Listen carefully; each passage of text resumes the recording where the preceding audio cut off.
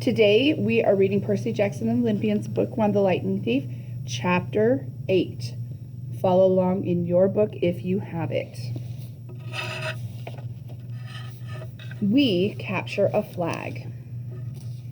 The next few days, I settled into a routine that felt almost normal, if you don't count the fact that I was getting lessons from satyrs, nymphs, and a centaur. Each morning, I took the ancient Greek from Annabeth, and we talked about the gods and goddesses in the present tense, which was kind of weird. I discovered Annabeth was right about my dyslexia. Ancient Greek wasn't that hard for me to read, at least no harder than English. After a couple of mornings, I could stumble through a few lines of Homer without too much headache. The rest of the day, I'd rotate through outdoor activities looking for something I was good at. Chiron tried to teach me archery, but we found out pretty quick I wasn't any good with the bow and arrow. He didn't complain, even when he had to de-snag a stray arrow out of his tail. Foot racing? No good either. The wood nymph instructors left me in the dust. They told me not to worry about it. They'd had centuries of practice running away from lovesick gods. But still, it was a little humiliating to be slower than a tree. And wrestling? Forget it. Every time I got on the mat, Clarice would pulverize me. There's more where that came from, punk, she'd mumble in my ear. The only thing I really excelled at was canoeing, and that wasn't the kind of heroic skill people expected to see from the kid who had beaten the Minotaur. I knew the senior campers and counselors were watching me, trying to decide who my dad was, but they weren't having an easy time of it.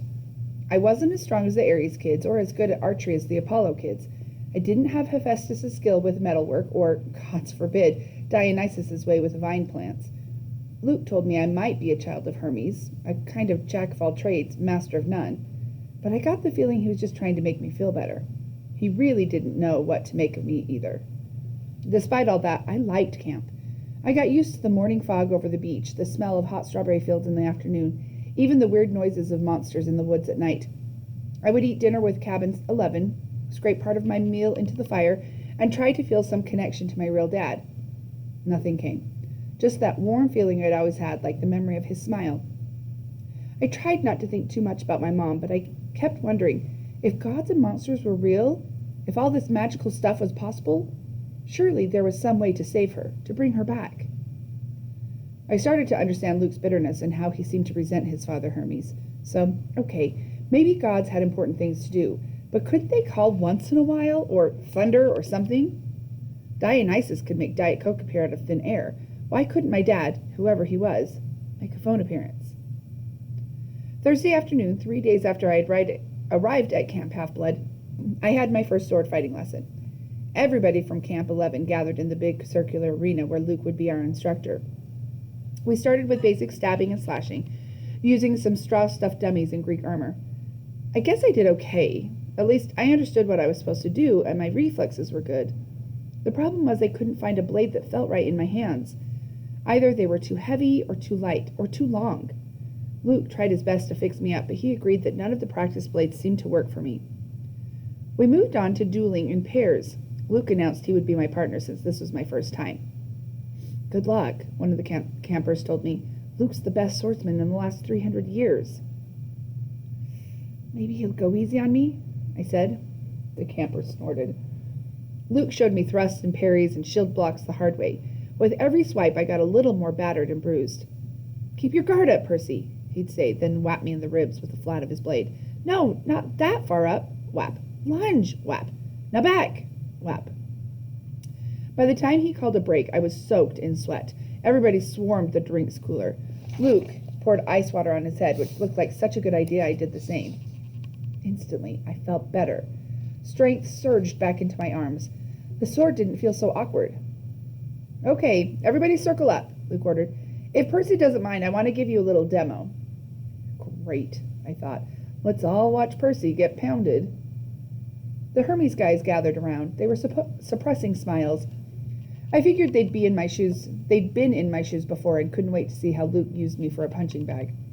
He told everybody he was going to demonstrate a disarming technique, how to twist the enemy's blade with the flat of your own sword so that he had no choice but to drop his weapon. This is difficult, he stressed. I've had it used against me. No laughing at Percy now. Most swordsmen have to work years to master this technique. He demonstrated the move on me in slow motion. Sure enough, the sword clattered out of my hand. Now, in real time, he said, after I retrieved my weapon. We keep sparring until one of us pulls it off. Ready, Percy? I nodded, and Luke came after me. Somehow, I kept him from getting a shot at the hilt of my sword. My senses opened up. I saw his attacks coming. I countered. I stepped forward and tried a thrust of my own. Luke deflected it easily, but I saw a change in his face. His eyes narrowed, and he started to press me with more force. The sword grew heavy in my hand. The balance wasn't right. I knew it was only a matter of seconds before Luke took me down, so I figured, what the heck? I tried the disarming maneuver. My blade hit the base of Luke's, and I twisted, putting my whole weight into a downward thrust. Clang! Luke's sword rattled against the stones. The tip of my blade was an inch from his undefended chest. The other campers were silent. I lowered my sword. I'm sorry. For a moment, Luke was too stunned to speak. Sorry? His scarred face broke into a grin. By the gods, Percy, why are you sorry? Show me that again. I didn't want to. The short burst of manic energy had completely abandoned me. But Luke insisted. This time, there was no contest. The moment our swords connected, Luke hit my hilt and sent my weapon skidding across the floor. After a long pause, somebody in the audience said, "Beginner's luck?" Luke wiped the sweat off his brow. He appraised me with an entirely new interest. Maybe, he said, but I wonder what Percy could do with a balanced sword. Friday afternoon, I was sitting with Grover at the lake, resting from a near-death experience on the climbing wall. Grover had scampered to the top like a mountain goat, but the lava had almost gotten me. My shirt had smoking holes in it. The hairs had been singed off my forearms. We sat on the pier watching the naiads do underwater basket weaving until I got up the nerve to ask Grover how his conversation had gone with Mr. D. His face turned a sickly shade of yellow. Fine, he said, just great. So your career's still on track? He glanced at me nervously. Chiron told you I want a searcher's license? Well, no. I had no idea what a searcher's license was, but it didn't seem like the right time to ask. He just said you had big plans, and that you needed credit for completing a keeper's assignment. So did you get it? Grover looked down on the naiads. Mr. D suspended judgment. He said I hadn't failed or succeeded with you yet, so our fates were still tied together. If you got a quest and I went along to protect you and we both came back alive, then maybe he'd consider the job completed. My spirits lifted. Well, that's not so bad, right? He might as well have transferred me to stable cleaning duty. The chances of you getting a quest, and even if you did, why would you want me along? Of course I'd want you along. Grover stared gloomily into the water. Basket weaving. Must be nice to have a useful skill. I tried to reassure him that he had lots of talents, but that just made him look more miserable. We talked about canoeing and swordplay for a while, then debated the pros and cons of the different gods. Finally, I asked him about the 4 empty cabins. Number 8, the silver one, belongs to Artemis, he said. She vowed to be a maiden forever, so of course no kids. The cabin is, honorary. If she didn't have one, she'd be mad. Yeah, okay, but the other 3, the ones at the end, are those the big 3? Grover tensed. We were getting close to a touchy subject. No. One of them, number 2, is Hera's, he said. That's another honorary thing. She's the goddess of marriage, so of course she wouldn't go around having affairs with mortals. That's her husband's job. When we say the big 3, we mean the 3 powerful brothers, the sons of Kronos. Zeus, Poseidon, Hades? Right. After the great battle with the Titans, they took over the world from their dad and drew lots to decide who got what. Zeus got the sky, I remembered. Poseidon the sea, Hades the underworld. Uh-huh. But Hades doesn't have a cabin here. No, he doesn't have a throne on Olympus either. He sort of does his own thing down in the underworld. If he did have a cabin here, Grover shuddered, well, it wouldn't be pleasant. Let's leave it at that. But Zeus and Poseidon, they both had like a bazillion kids in the myths. Why are their cabins empty? Grover shifted his hooves uncomfortably. About 60 years ago, after World War II, the big 3 agreed they wouldn't sire any more heroes. Their children were just too powerful. They were affecting the course of human events too much, causing too much carnage. World War II, you know, that was basically a fight between the sons of Zeus and Poseidon on one side and the sons of Hades on the other. The winning side, Zeus and Poseidon, made Hades swear an oath with them. No more affairs with mortal women. They all swore on the river Styx. Thunder boomed. I said, "That's the most serious oath you can make." Grover nodded. "And the brothers kept their word? No kids?" Grover's face darkened. 17 years ago, Zeus fell off the wagon. There was this TV starlet with a big fluffy 80s hairdo. He just couldn't help himself. When their child was born, a little girl named Thalia, well, the River Styx is serious about promises. Zeus himself got off easy because he's immortal, but he brought a terrible fate on his daughter. But that isn't fair. It wasn't the little girl's fault. Grover hesitated. Percy, children of the Big Three have powers greater than other half-bloods. They have a strong aura, a scent that attracts monsters. When Hades found out about the girl, he wasn't too happy about Zeus breaking his oath. Hades let the worst monsters out of Tartarus to torment Thalia. A satyr was assigned to be her keeper when she was 12, but there was nothing he could do. He tried to escort her here with a couple of other half-bloods she'd befriended. They almost made it. They got all the way to the top of that hill.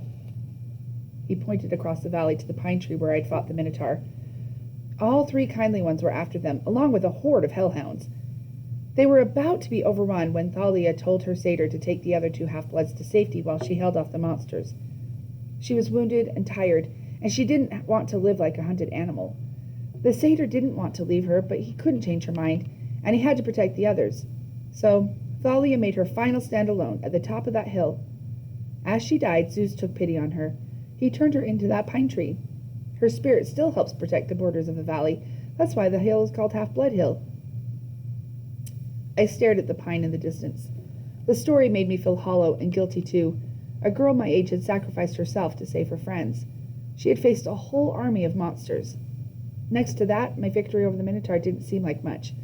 I wondered if I'd acted differently. Could I have saved my mother? Grover, I said, have heroes really gone on quests to the underworld? Sometimes, he said. Orpheus, Hercules, Houdini. And have they ever returned somebody from the dead? No, never. Orpheus came close. Percy, you're not seriously thinking... No, I lied. I was just wondering. So, a satyr is always assigned to guard a demigod? Grover studied me warily. I hadn't persuaded him that I'd really dropped the underworld idea. Not always. We go undercover to a lot of schools. We try to sniff out the half-bloods who have the makings of great heroes. If we find one with a very strong aura, like a child of the Big Three, we alert Chiron. He tries to keep an eye on them since they could cause really huge problems. And you found me. Chiron said you thought I might be something special. Grover looked as if I'd just led him into a trap. I didn't... Oh, listen, don't think like that. If you were, you'd never ever be allowed a quest, and I'd never get my license. You're probably a child of Hermes, or maybe even one of the minor gods like Nemesis, the god of revenge. Don't worry, okay? I got the idea he was reassuring himself more than me. That night after dinner, there was a lot more excitement than usual. At last, it was time for Capture the Flag. When the plates were cleared away, the conch horn sounded, and we all stood at our tables. Campers yelled and cheered as Annabeth and 2 of her siblings ran into the pavilion carrying a silk banner. It was about 10 feet long, glistening gray with a painting of a barn owl above an olive tree. From the opposite side of the pavilion, Clarice and her buddies ran in with another banner of identical size, but gaudy red, painted with a bloody spear and a boar's head. I turned to Luke and yelled over the noise, "Those are the flags?" "Yeah." "Ares and Athena always lead the teams?" "Not always," he said, "but often." "So if another cabin captures one, what do? Repaint the flag?" He grinned. "You'll see. First we have to get one." "Whose side are we on?" He gave me a sly look as if he knew something I didn't. The scar on his face made him look almost evil in the torchlight. "We've made a temporary alliance with Athena. Tonight we get the flag from Ares, and you are going to help." The teams were announced. Athena had made an alliance with Apollo and Hermes, the 2 biggest cabins. Apparently, privileges had been traded, shower times, chore schedules, the biggest slots for activities, in order to win support. Ares had allied themselves with everybody else. Dionysus, Demeter, Aphrodite, and Hephaestus. From what I'd seen, Dionysus' kids were actually good athletes, but there were only 2 of them. Demeter's kids had the edge with nature skills and outdoor stuff, but they weren't very aggressive. Aphrodite's sons and daughters, I wasn't too worried about. They'd mostly set out every activity and checked the reflections in the lake and did their hair and gossiped. Hephaestus' kids weren't pretty, and there were only 4 of them, but they were big and burly from working in the metal shop all day. They might be a problem. That, of course, left Ares' cabin. A dozen of the biggest, ugliest, meanest kids on Long Island, or anywhere else on the planet. Chiron hammered his hoof on the marble. "Heroes," he announced. "You know the rules. The creek is the boundary line. The entire forest is fair game. All magic items are allowed. The banner must be prominently displayed and have no more than 2 guards. Prisoners may be disarmed, but may not be bound or gagged. No killing or maiming is allowed. I will serve as referee and battlefield medic. Arm yourselves." He spread his hands, and the tables were suddenly covered with equipment: helmets, bronze swords, spears, oxhide shills coated in metal. "Whoa," I said. "We're really supposed to use these?" Luke looked at me as if I were crazy. "Unless you want to get skewered by your friends in cabin 5. Here, Chiron thought these would fit you. You'll be on border patrol." My shield was the size of an NBA backboard, with a big catechus in the middle. It weighed about 1,000,000 pounds. I could have snowboarded on it fine, but I'd hoped nobody seriously expected me to run fast. My helmet, like all the helmets on Athena's side, had a blue horsehair plume on top.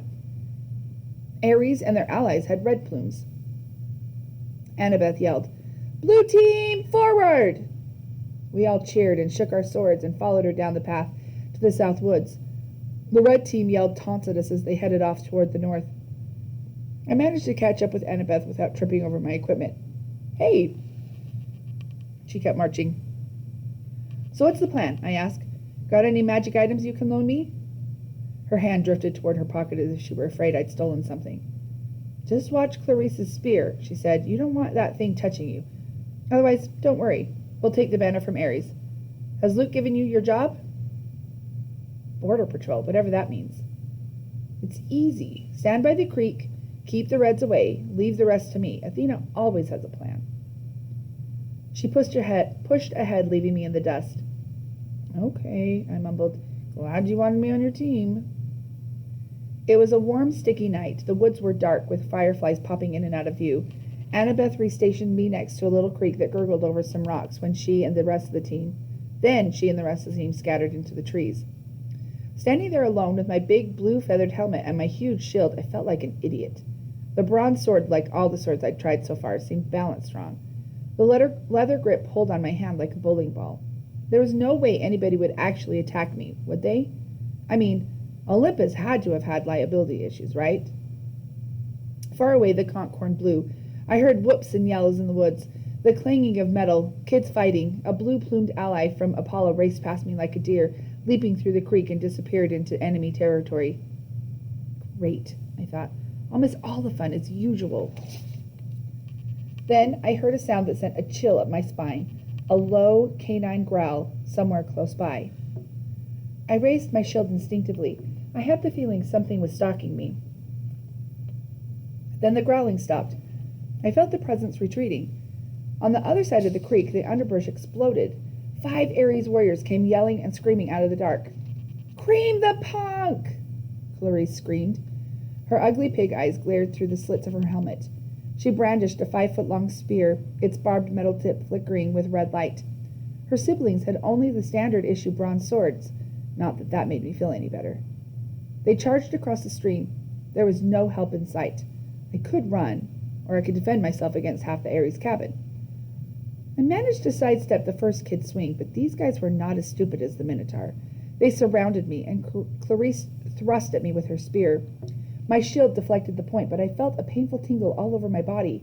My hair stood on end. My shield arm went numb, and the air burned. Electricity. Her stupid spear was electric. I fell back.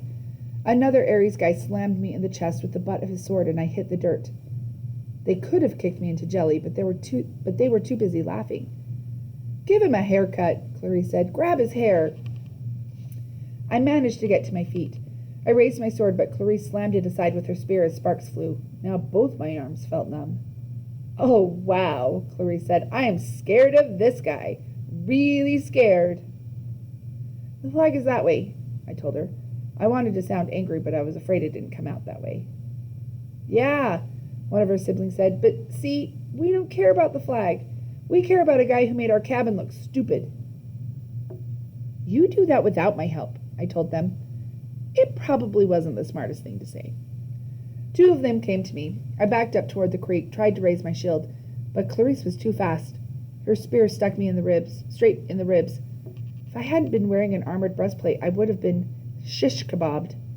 As it was, the electric point just about shocked my teeth out of my mouth. One of her cabin mates slashed his sword across my arm, leaving a good-sized cut. Seeing my own blood made me dizzy, warm and cold at the same time. No maiming, I managed to say. Oops, the guy said. Guess I lost my dessert privilege. He pushed me into the creek and I landed with a splash. They all laughed. I figured as soon as they were through being amused, I would die. But then something happened. The water seemed to wake up my senses, as if I'd just had a bag of my mom's double espresso jelly beans. Clarice and her cabin mates came into the creek to get me, but I stood to meet them. I knew what to do. I swung the flat of my sword against the first guy's head and knocked his helmet clean off. I hit him so hard I could see his eyes vibrating as he crumpled into the water. Ugly number 2 and ugly number 3 came at me. I slammed one in the face with my shield and used my sword to shear off the other guy's horsehair plume. Both of them backed up quickly. Ugly number 4 didn't look really anxious to attack, but Clarice kept coming, the point of her spear crackling with energy. As soon as she thrust, I caught the shaft between the edge of my shield and my sword, and I snapped it like a twig. Ah! She screamed. You idiot! You corpse-breath worm! She probably would have said worse, but I smacked her between the eyes with my sword butt and sent her stumbling backward out of the creek. Then I heard yelling, elated screams, and I saw Luke racing toward the boundary line with the red team's banner lifted high. He was flanked by a couple of Hermes guys covering his retreat, and a few Apollos behind them, fighting off the Hephaestus kids. The Ares folks got up, and Clarice muttered a dazed curse. A trick, she shouted. It was a trick! They staggered after Luke, but it was too late. Everybody converged on the creek as Luke ran across into friendly territory. Our side exploded into cheers. The red banner shimmered and turned to silver. The boar and spear were replaced with a huge catechus, the symbol of Cabin 11. Everybody on the blue team picked up Luke and started carrying him around on their shoulders. Chiron cantered out from the woods and blew the conch horn. The game was over. We'd won. I was just about to join the celebration when Annabeth's voice, right next to me in the creek, said, Not bad, hero. I looked, but she wasn't there. Where the heck did you learn to fight like that? She asked. The air shimmered and she materialized, holding a Yankees baseball cap as if she'd just taken it off her head. I felt myself getting angry. I wasn't even fazed by the fact that she'd just been invisible. You set me up, I said. You put me here because you knew Clarice would come after me, while you sent Luke around the flank. You had it all figured out. Annabeth shrugged. I told you, Athena always has a plan. A plan to get me pulverized. I came as fast as I could. I was about to jump in, but, she shrugged, you didn't need help. Then she noticed my wounded arm. How did you do that? Sword cut, I said. What do you think? No, it was a sword cut. Look at it. The blood was gone. Where the huge cut had been, there was a long white scratch, and even that was fading. As I watched, it turned into a small scar and disappeared. I don't get it, I said. Annabeth was thinking hard. I could almost see the gears turning.